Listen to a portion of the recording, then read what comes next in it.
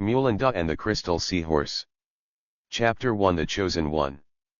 Early next morning Mulinda and her grandmother set trail to see Billy Bonkers to ask about the last missing page of the Last Island book which Mulinda bought off his book cart, and along the way they stopped to talk to Boris the village blacksmith.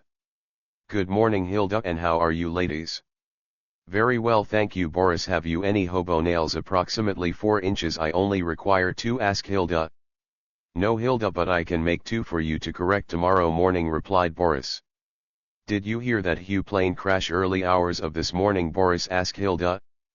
"The crash was in Llewellyn Farm. The German plane crashed in one of his field, a Messerschmitt Bf 110, the most successful heavy fighter plane used by the Germans in this war, which is a personal favorite of Göring.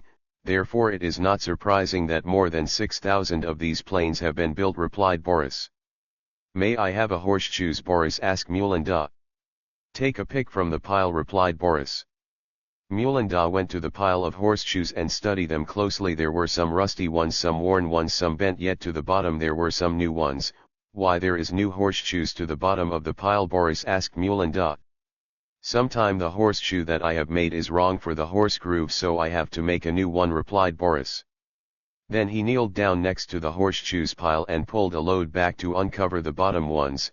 "These have not been used." Mulinda. "Choose one and choose one wisely for luck." "Were you thinking of hanging the horseshoe?" Mulinda asked Boris.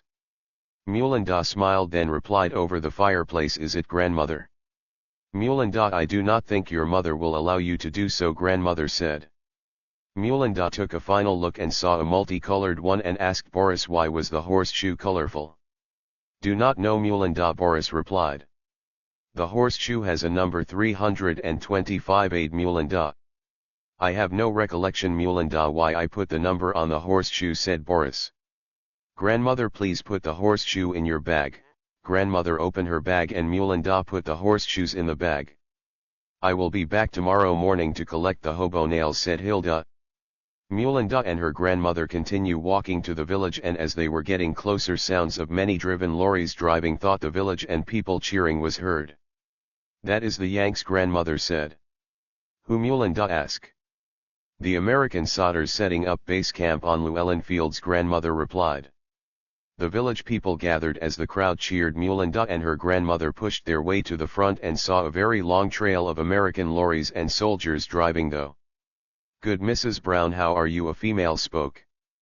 "Hello Leanne, see your father butcher shop is taking the trade with all these Yanks," said Hilda as she pulled Mulinda close to her side. "Yes, Mrs. Brown, my father butcher trade is achieving extremely good business with the Christmas turkeys that he is selling to the Yanks," the tall female with long hair, busted blonde, blue-eye, cherries lips, Leanne replied. "Have you seen Billy Bonker?" Leanne asked Hilda. "Billy Bonkers have parked his book cart outside my father butcher shop," Leanne replied.